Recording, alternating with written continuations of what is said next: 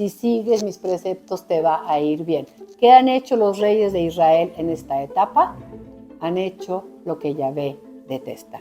Aparece el profeta Elías. Y Dios le dice, Elías, vamos a tener que hacer que el pueblo vuelva. Vamos a provocar una sequía. ¿Quién es un profeta? Una persona a través de la cual Dios habla. Y Dios había dicho, no, yo quiero un culto exclusivo.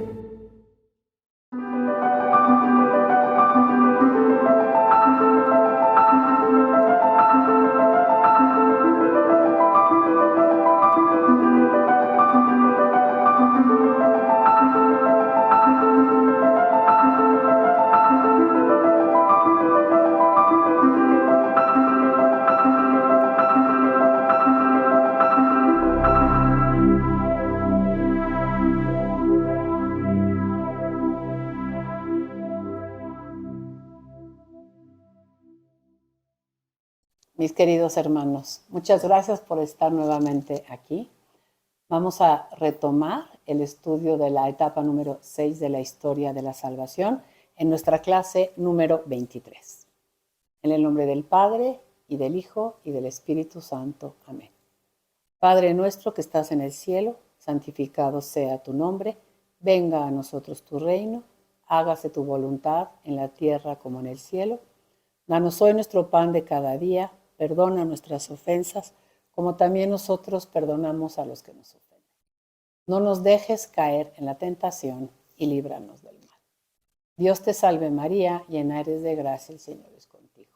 Bendita eres entre todas las mujeres y bendito es el fruto de tu vientre Jesús. Santa María, Madre de Dios, ruega por nosotros pecadores, ahora y en la hora de nuestra muerte. Amén. Oh Espíritu Santo, don de Dios y fuerza de lo alto, fuente de agua brotante de vida eterna, desciende y mora en nuestros corazones. Haznos verdaderos adoradores del Padre, condúcenos a la plenitud de la verdad y transfórmanos en testigos de Jesús para llevar su nombre hasta los confines de la tierra. Amén. Pues mis queridos hermanos, bienvenidos. Entramos a una etapa difícil de estudiar. Es demasiado texto el que hay que leer. Tenemos que leer desde el capítulo 14 del primer libro de los Reyes hasta el capítulo 14 del segundo libro de los Reyes. Como les he comentado siempre, por el tiempo no podemos leerlo juntos. No habría nada que me diera más gusto que poder leerles nada más la palabra de Dios, pero pues no nos da tiempo. Y vamos a hacer entonces un resumen. Para eso vamos a tener algunas láminas que nos van a apoyar. Pero ¿qué es lo que vamos a estudiar? Abramos nuestra Biblia en el capítulo 14 del primer libro de los Reyes. Y se empieza a complicar un poquito la lectura. ¿Por qué? Si ustedes ven el capítulo 14, se llama Reinado de Jeroboam I. Y nosotros ya sabemos que Jeroboam I es rey del norte, rey de Israel. Pero si me voy al versículo 27, me dice reinado de Roboam. Y nosotros ya sabemos que Roboam es el rey en Jerusalén, el rey del reino del sur. Y luego, en el capítulo 15, me dice reinado de Abías en Judá, reinado de Asá en Judá, y luego dice reinado de Nadab en Israel. ¿Por qué les pido hacer esto? Porque quiero que vean cómo se está narrando la historia paralela de los dos reinos, es decir, la historia del reino del norte al mismo tiempo que la historia del reino del sur. Son muchos nombres de reyes, van a aparecer nombres de profetas, reyes extranjeros contra los que van a luchar. Y el objetivo no es que nos aprendamos nombres de reyes, sino en un curso de historia de la salvación, lo que nosotros queremos ver es la acción de Dios para salvar a su pueblo, más que las guerras o los comportamientos de estos reyes. Entonces, ¿cómo vamos a proceder? En esta clase, la número 23, nada más voy a leer la historia de Israel del norte. Y en la próxima clase vamos a leer la historia del sur, pero durante la misma etapa número 6 de la historia de la salvación. porque de por sí es una lectura complicada. Si leemos la historia de Israel y luego la de Judá y luego vuelvo a la de Israel y luego vuelvo a la de Judá, es mucho más difícil. Entonces vamos a dedicarnos hoy a toda la historia del Reino del Norte. Si tienen su libro, también aquí pueden tomar la página 56 y van a ver ahí lo que van a ver proyectado ahora en su lámina. Dice así: el reino de Israel del año 931, cuando muere Salomón, al año 721 a.C., cuando cae Samaria en manos del imperio asirio. Los reyes de Israel, empezando por Jeroboam, no serán descendientes de David, ni constituirán una dinastía continuada, sino que en 210 años de existencia se sucederán 19 monarcas pertenecientes a 9 dinastías diferentes. Y fíjense cómo su libro menciona lo mismo que están viendo ustedes en la tabla que se está proyectando. Una primera época que va del año 931 al 885, una segunda época del 885 al 841, y en esta segunda época va a ser muy importante la aparición del gran profeta Elías, lo vamos a leer. En la página 57 nos dice: una tercera época vendrá del año 841 al 783, una cuarta época del año 783 al 743 y una quinta época del 743 al 721. Mucho texto que leer. Vámonos entonces a ver la primera época. Vamos a ir viendo las 5 épocas por las que pasó el reino del norte, hoy Israel, formado por esas 10 tribus del norte, gobernadas primero por Jeroboam, y que va a pasar por 5 épocas diferentes. La primera, del año 931 al año 885. En resumen, el reino comienza a vivir y no hay nada muy importante por consignar. Vamos a ver quiénes fueron los reyes en esta etapa. En el capítulo 14 habíamos leído el reinado de Jeroboam I y cómo Dios le dice a partir del versículo 9 que no ha hecho lo que Dios le pidió, sino que se fue tras otros dioses y que por eso pues iba a venir un castigo. Si nos saltamos hasta el capítulo 15, versículo 25, tenemos el reinado de Nadab en Israel. Voy a leer un poquito nada más. Nadab, hijo de Jeroboam, comenzó a reinar en Israel el año segundo de un rey de Judá y reinó 2 años sobre Israel. Y fíjense cómo en la lámina que estamos viendo tenemos como subrayado en color azul justamente esta frase: hizo lo que Yahvé detesta. Oigan, una cosa es decir, no se portó como Dios quiere. Otra cosa es decir, hizo lo que Yahvé detesta. Eso quiere decir, sé lo que Dios quiere, pero hago lo que el Señor detesta. Siguió los pasos de su padre Jeroboam y los pecados que hizo cometer a Israel. Eso fue el rey Nadab. Si seguimos leyendo, en el capítulo 15, en el versículo 33, tengo el reinado de Basá en Israel, el tercer rey. ¿Qué hizo otra vez? Versículo 34. Hizo lo que Yahvé detesta, siguiendo los pasos de Jeroboam y los pecados que hizo cometer a Israel. Después, en el capítulo 16, versículo 8, tenemos el reinado de Elá en Israel. ¿Qué hizo?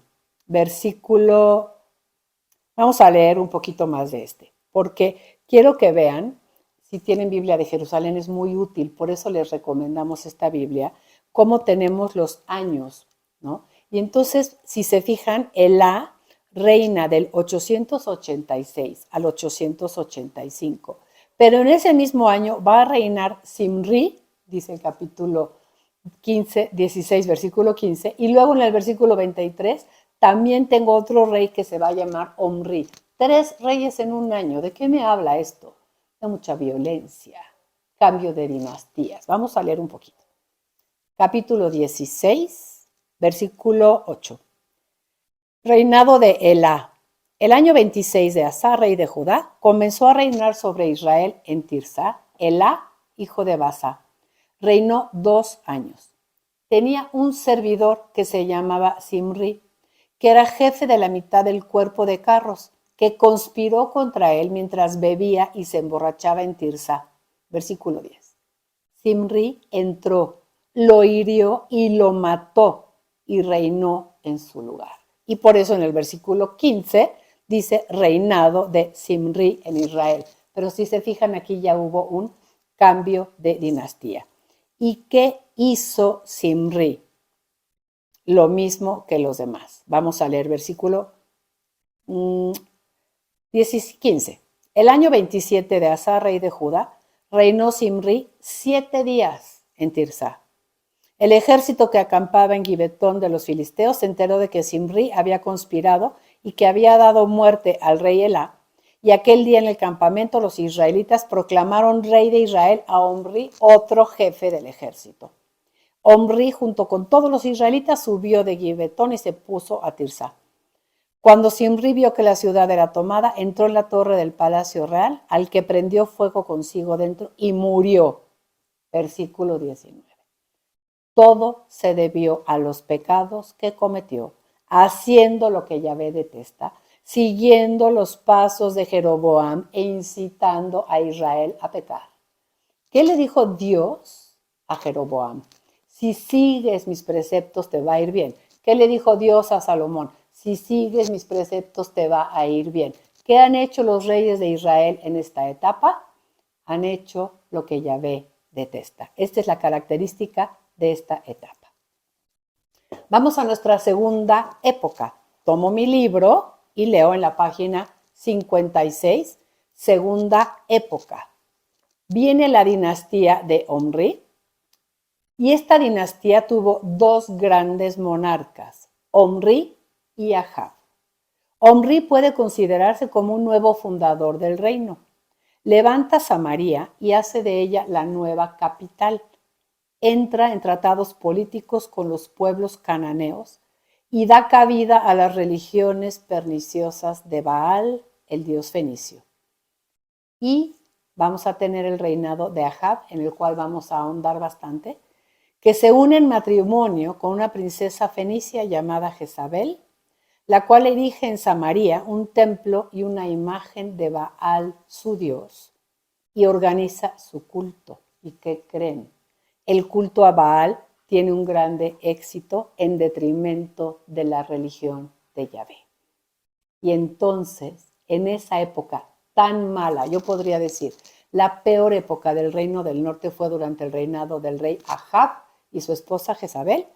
Dios, que no se cansa de intervenir con sus acciones salvíficas en la historia de su pueblo, suscita a un personaje extraordinario, Elías, el profeta solitario, llamado por los israelitas padre del profetismo. Por eso en la transfiguración aparecen junto a Jesús Elías y Moisés. Elías, padre del profetismo, Moisés, el que les dio la ley, y conversan con Jesús. Elías, padre del profetismo. Espíritu de temple, austero, defensor ante reyes de la auténtica religión de Israel. Y como Moisés, en el Sinaí, Elías va a gozar de una comunicación íntima con Dios, como le había pasado a su predecesor. Entonces vamos a nuestra Biblia para leer esto que acabamos de resumir de la segunda época. Estamos en el primer libro de los Reyes, en el capítulo 16, en el versículo 23.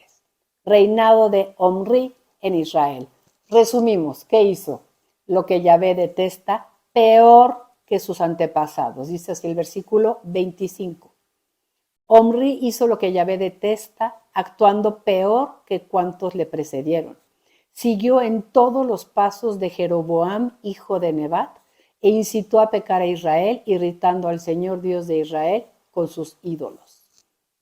Se nos muere y en el versículo 29 viene el reinado del rey Ahab. Ahab, hijo de Omri, comenzó a reinar en Israel el año 38 de Asa, rey de Judá. Ahab, hijo de Omri, reinó sobre Israel en Samaria 22 años. O sea, un muy mal rey, 22 años. Ahab, hijo de Omri, hizo lo que Yahvé detesta más que todos los que le precedieron. ¿Van viendo cómo cada uno es peor que el anterior? No le bastó conseguir los pecados de Jeroboam, sino que además tomó por mujer a Jezabel, hija de Itobal, rey de los Sidonios, y le rindió culto al dios fenicio Baal, postrándose ante él. Oigan la infidelidad religiosa. Erigió un altar al dios Baal en el santuario de Baal que edificó en Samaria. Construyó Ahab la estela y prosiguió obrando de forma que irritó a Yahvé, Dios de Israel, más que todos los reyes de Israel que le precedieron. ¿Y qué hace Dios en su bondad? En el capítulo 17 envía al profeta Elías, que no sabemos ni cómo apareció. De repente en el capítulo 17 aparece el profeta Elías. Y Dios le dice, Elías, vamos a tener que hacer que el pueblo vuelva. Vamos a provocar una sequía. No lo dice así literal, pero les quiero recordar. Cuando el pueblo iba a entrar en la tierra prometida, en el capítulo 28 del Deuteronomio, hay dos pedacitos en ese capítulo 28. Dice, si tú, Israel, ahora que entres en la tierra prometida, te portas como Dios quiere, te va a ir muy bien. Va a llover, vas a tener buenas cosechas, vas a tener tu vino y tu aceite, vas a tener ciudades fortificadas, nadie te va a poder atacar porque yo te voy a proteger. Pero este es el primer camino. Si tú tomas el otro y no haces lo que yo te digo, vendrán sobre ti las siguientes maldiciones. Y una de esas maldiciones es la sequía. Pensemos en esta época, en estas ciudades que no tienen drenaje, que no tienen riego, que dependen de la lluvia para sobrevivir. Si no llueve, están perdidos. Entonces la lluvia era vista como una bendición, la sequía como un castigo divino. Y entonces Dios le dice a Elías en el capítulo 17, versículo 2. Vamos a leer desde el versículo 1. Elías, el tesbita de Tisbé de Galaad, dijo al rey Ahab, se entiende de parte de Dios, por vida de Yahvé, Dios de Israel, ante quien sirvo, que no habrá en estos años ni rocío ni lluvia, si no es por la palabra de mi boca. Y entonces Elías se va y viene la sequía. Y en el versículo 8 tenemos que Elías va a llegar hasta un lugar que se llama Sarepta. Sarepta está en Fenicia. Sale de Tierra Santa y se va a Fenicia. ¿Y qué va a pasar ahí? Dios le dice, Elías, prepárate y ve a Sarepta de Sidón y establécete ahí, pues he ordenado a una viuda de ahí que te suministre alimento. Se preparó y fue a Sarepta, y cuando entraba por la puerta de la ciudad, una viuda andaba por ahí recogiendo leña. Elías la llamó y le dijo, tráeme por favor un poco de agua en el jarro para beber. Cuando iba a traérsela, le gritó, tráeme por favor un trozo de pan. Y ella le dijo, por vida de Yahvé tu Dios, que no me queda pan cocido. Solo tengo un puñado de harina en la orza y un poco de aceite en la aceitera. Estoy recogiendo un par de palos, entraré y prepararé el pan para mí y mi hijo. Lo comeremos y luego moriremos. Pero Elías le dijo, no temas, entra y haz como has dicho. Pero primero haz con él para mí una pequeña torta y tráemela. Para ti y tu hijo la harás después, porque esto dice el Señor, el Dios de Israel. El cántaro de harina no quedará vacío. La aceitera de aceite no se agotará hasta el día en que el Señor conceda lluvia sobre la superficie de la tierra. Ella se fue, hizo lo que le había dicho Elías, y comieron él, ella y su familia. Y por mucho tiempo la orza de harina no quedó vacía, la aceitera de aceite no se agotó, según la palabra que Dios había pronunciado a través del profeta Elías. ¿Quién es un profeta? Una persona a través de la cual Dios habla. Eso lo habíamos estudiado desde que Dios le dice a Moisés en el Deuteronomio, yo suscitaré de entre tus hermanos un profeta semejante a ti. Pondré mis palabras en su boca y él les dirá lo que yo le mande. Y Elías es un profeta. Oye lo que Dios le dice y va y lo transmite. Pero también vean cómo empiezan los profetas a realizar acciones, prodigios de parte de Dios. En el siguiente relato muere el hijo de la viuda está tristísima. Elías sube con el chiquito a la habitación superior, se tiende 3 veces sobre él, ora a Dios y el chiquito resucita. Y empieza a hacer todas estas acciones simbólicas que tristemente no me da tiempo de leer con ustedes, porque estamos en un curso de historia de la salvación, no en un curso de profetas. Nada más quise hacer ese relato para introducir qué es un profeta. Pero vámonos al capítulo 18, donde dice, en el versículo 16, Elías y Ahab. Elías regresa, hace que Ahab se encuentre con él y le dice, es que esto está pasando porque estás dando culto a Baal. Y vean cómo Dios es bueno, ¿eh? Mientras su pueblo está dando culto a dioses fenicios en Tierra Santa, Dios está actuando con benignidad a través del profeta Elías en tierra de paganos, en Fenicia. El caso es que Elías y Ahab se van a encontrar en el capítulo 18, en el versículo 16. Abdías, el mayordomo de Ahab, fue al encuentro del rey y le dio el aviso de que ahí venía Elías. Y Ahab partió al encuentro de Elías y al verlo le dijo, ¿eres tú la ruina de Israel? O sea, nos trajiste una sequía. Él respondió, no soy yo quien ha arruinado a Israel, sino tú y la casa de tu padre por abandonar a Dios, abandonar sus mandatos y seguir otros dioses. Es como un enfrentamiento entre las dos religiones, lo que vamos a leer ahora. Se conoce como el duelo en el Monte Carmelo. ¿Y en qué va a consistir? Elías dice, mira, rey Ahab, llámame a los israelitas y ponlos en torno al Monte Carmelo. Especialmente tráeme a los 450 profetas del dios Baal que comen en la mesa de Jezabel. Ahab hizo el llamamiento entre todos los israelitas y reunió a los profetas en el Monte Carmelo. Elías se acercó a la gente y dijo, ¿hasta cuándo vais a estar cojeando sobre 2 muletas? Como diciendo, si 2 muletas es 2 dioses. Me apoyo en este tantito, si no me funciona, me apoyo en este. Y Dios había dicho, no, yo quiero un culto exclusivo. No tendrás otros dioses delante de mí. Y entonces, dice Elías, si Yahvé es el Dios, seguidle. Si Baal lo es, seguid a Baal. El reto se va a tratar de mostrar quién es Dios y quién no es Dios. La gente no respondió palabra. Elías les dijo, quedo yo solo como profeta de Yahvé, mientras que los profetas de Baal son 450. Que nos den 2 novillos. Vamos a hacer un sacrificio. En esto va a consistir el duelo. Van a poner un altar, van a poner unas víctimas y dice Elías, ustedes primero van a invocar a su Dios. Pídanle que mande fuego sobre las víctimas para que se quemen y hagamos el holocausto. Y si su Dios envía el fuego, es que Él es Dios. Pero si lo envía el mío, es que el mío es Dios. Y entonces el relato, de verdad, léanlo, es muy interesante porque Elías dice, ¿qué pasó? Ustedes iban primero, los veo que están bailando alrededor del altar, que invocan a su dios Baal. Incluso les dice, ha de estar dormido porque no los escucha, porque nada de fuego. Y dice el relato que así estuvo todo el día. Y al llegar la tarde, Elías dijo, bueno, pues ahora me toca a mí. Y Elías, en lugar de hacer todas aquellas cosas que hacen esos profetas, solamente hace una invocación a Dios. Me voy a ir al capítulo 18 en el versículo 36. A la hora de la ofrenda, el profeta Elías se acercó y dijo, Señor, Dios de Abraham, de Isaac y de Israel, que se reconozca hoy que tú eres Dios en Israel y que yo soy tu servidor y que por orden tuya he obrado todas estas cosas.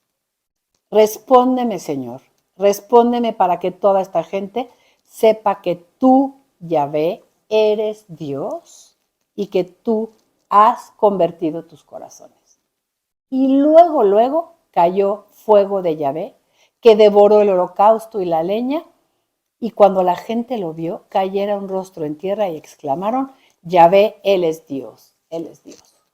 Elías les dijo, entonces ahora vamos a echar mano de los profetas de Baal, que no se escape ninguno. Les echaron mano y Elías los hizo bajar al torrente de Gizón, donde los degolló. Exageración. El chiste es, ¿quién ganó? ¿Quién es Dios? Yahvé. Baal no es Dios, por lo tanto no hay que seguirlo. Y viene después, como ya, digamos, acabó con este culto idolátrico, termina la sequía. Pero la reina Jezabel, en el capítulo 19, no está tan contenta con lo que hizo Elías con sus 450 profetas. Y le dice, Ahab le fue a contar a Jezabel lo que había hecho Elías y cómo había pasado a cuchillo a todos los profetas. Jezabel envió un mensajero a Elías con esta misiva, que los dioses me castiguen sin medida si mañana a estas horas no hago que tu vida acabe como la de ellos. Y lo persigue y lo quiere matar. Y entonces Elías huye. ¿Y a dónde va? Llega hasta el Sinaí. Tomen en cuenta que estaban en el reino del norte y ahora va a llegar hasta el Sinaí, en la península del Sinaí. Versículo 9, ahí va a tener un encuentro con Dios. Se introdujo en la cueva y pasó en ella la noche. Y Dios le dijo, ¿qué haces aquí, Elías? Y dijo, ardo en celo por Dios, porque los israelitas han abandonado tu alianza. Han derribado tus altares y han pasado a espada también a tus profetas. Solo quedo yo. Y tratan de quitarme la vida. Y Dios le dijo, sal y permanece de pie en el monte ante Yahvé. Y así como Dios había pasado delante de Moisés, pasa ahora delante de Elías. Tiene un encuentro con Dios. Y Dios en el versículo 15 le dice, regrésate. Yo creo que Elías le ha de haber querido decir, Señor, pero me quieren matar, regrésate. Desanda tu camino en dirección al desierto de Damasco y vas a hacer todo lo que yo te voy a decir.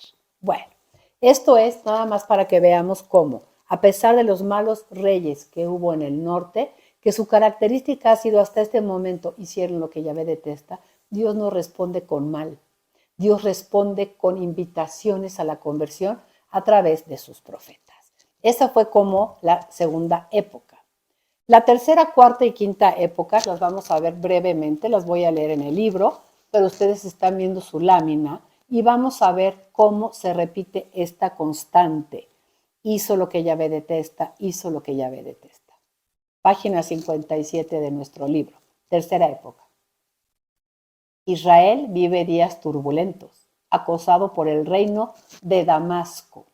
Ya empiezan enemigos a quererlos conquistar. Y Dios envía en esta época ¿a quién? Al profeta Eliseo. Viene una cuarta época del año 783 al 743. ¿Cuál es la síntesis de esta cuarta época? Tiempos de esplendor durante el reinado del rey Jeroboam II. El reino de Israel llega al clímax de su gloria y bienestar. Afluyen las riquezas, pero junto con ellas aparecen las lacras sociales y los vicios. En este momento, Dios comienza a suscitar para su pueblo profetas que se van a llamar escritores. Profetas escritores quiere decir que tenemos en la Biblia un libro con el nombre de ese profeta. Por ejemplo, Elías y Eliseo no son profetas llamados escritores, porque no hay un libro en la Biblia que se llame libro de Elías ni libro de Eliseo, sino que sus historias están contadas en los libros de los reyes. Pero en este momento Dios empieza a mandar profetas escritores que van a ser celosos guardianes de la auténtica religión de Yahvé y van a anunciar las promesas mesiánicas. Y el primero va a ser el profeta Amós. Si ustedes ven su Biblia, tenemos un libro, por lo menos en la Biblia de Jerusalén, en la página 1415, que se llama Libro de el profeta Amós. Y ante esta etapa de gran riqueza, pero gran injusticia social, Dios envía a este profeta con un mensaje, el profeta de la justicia, que invita a volver a Dios. Vamos a leer el capítulo 2. Voy a leer el versículo 6, nada más para que vean cómo el profeta habla de parte de Dios a su pueblo. Amós 2:6.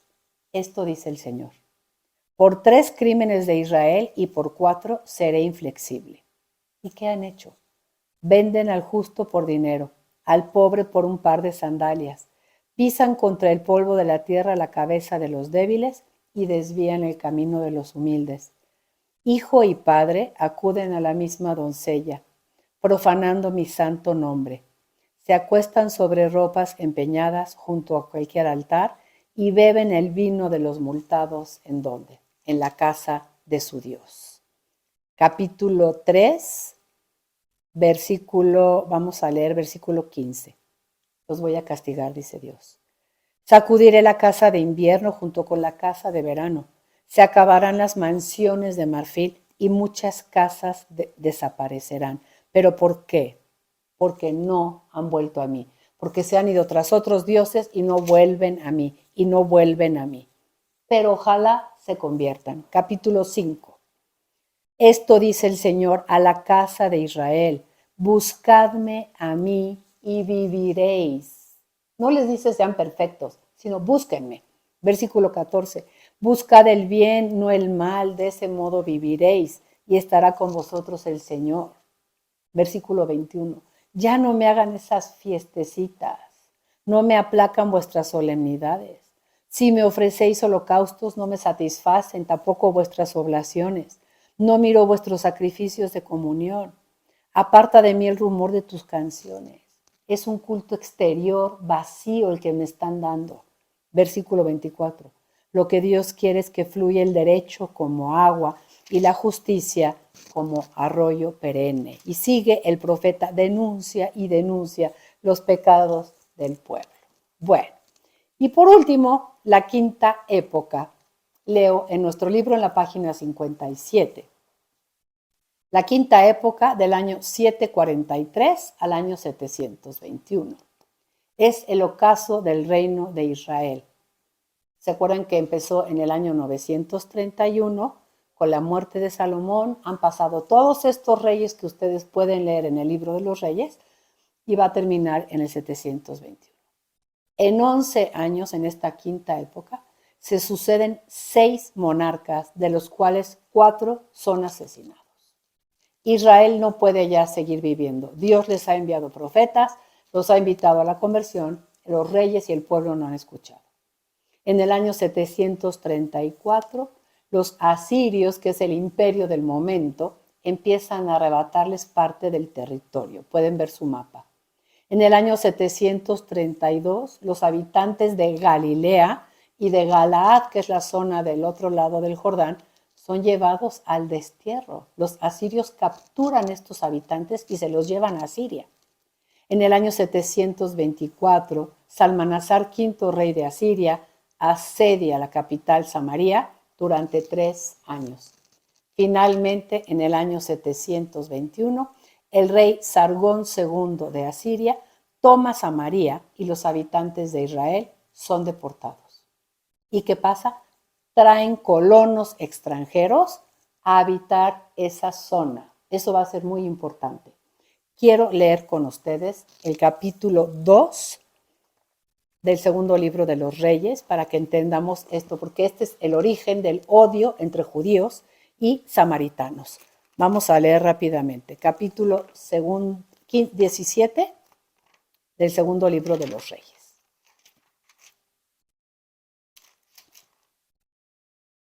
Dice así. Origen de los samaritanos. Versículo 24.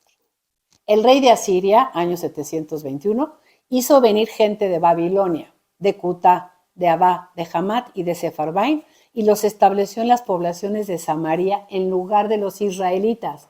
Es decir, una tierra que era tierra del pueblo de Dios, ahora es ocupada por puros extranjeros que se van a empezar a mezclar con los israelitas. Y estas gentes traen sus dioses. ¿Y cuál fue el problema? Voy a leer el versículo 32.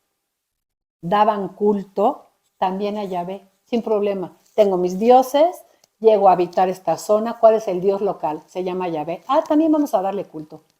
Y empieza un sincretismo religioso. Se empieza a perder la pureza de la fe. Y Dios sufre. Y Dios envía a su pueblo a un grande profeta, que es el profeta Amós. Y este profeta es el profeta del amor misericordioso de Dios. Es un profeta a través del cual Dios le va a decir a su pueblo: yo soy un Dios que te ama. Hice una alianza contigo. Nos desposamos, y empieza a utilizar el profeta Oseas la imagen del amor esponsal entre Dios y su pueblo. Hicimos una alianza, nos prometimos amor y fidelidad. Tú has fallado constantemente.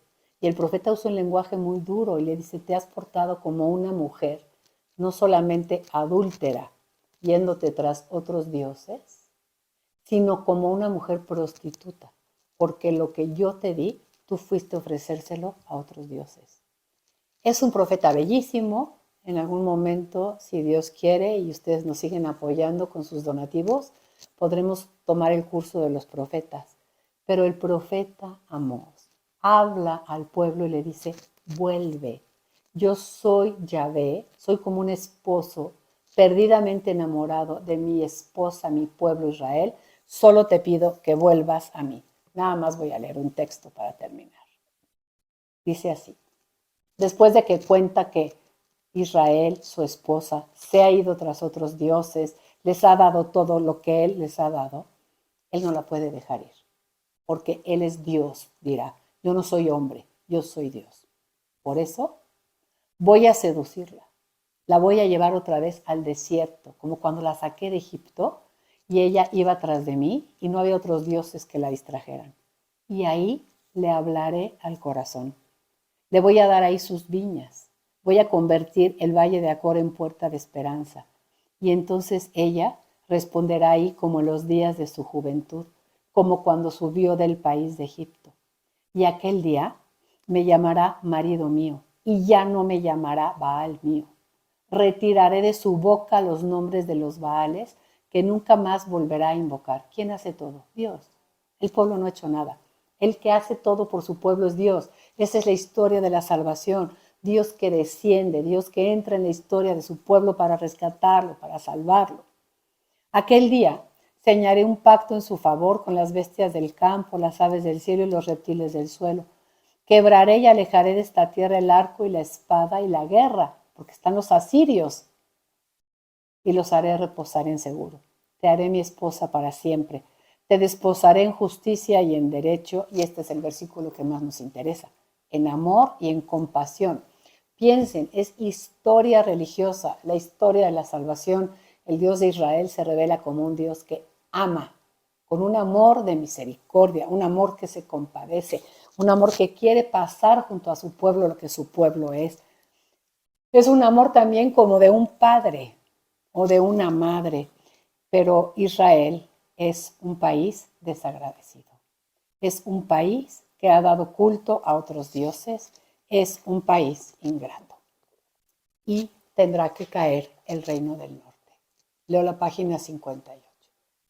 Finalmente, el año 721, Sargón II de Asiria toma Samaria y los habitantes de Israel son deportados. Colonos extranjeros vinieron a habitar las tierras abandonadas. Y fue entonces cuando Dios suscitó al profeta Oseas, el cual entre todos los profetas tiene la preeminencia en la revelación, hablar del amor de Dios. Por eso Oseas es el profeta del amor misericordioso de Dios. Con eso terminamos de leer un poquito de la historia de los reyes de Israel del norte durante la sexta etapa de la historia de la salvación. Y la próxima semana veremos qué sucedió con el reino del sur durante estos mismos años en la sexta etapa de la historia de la salvación. Muchas gracias por su atención y alabado sea Jesucristo. Si te gustó este video, te invitamos a suscribirte a nuestro canal de YouTube y a darle me gusta. Es una manera muy sencilla de ayudarnos a crecer nuestro ministerio y sobre todo de ayudarnos a compartir el mensaje de Jesús desde Magdala, Tierra Santa, a las puertas de tu casa.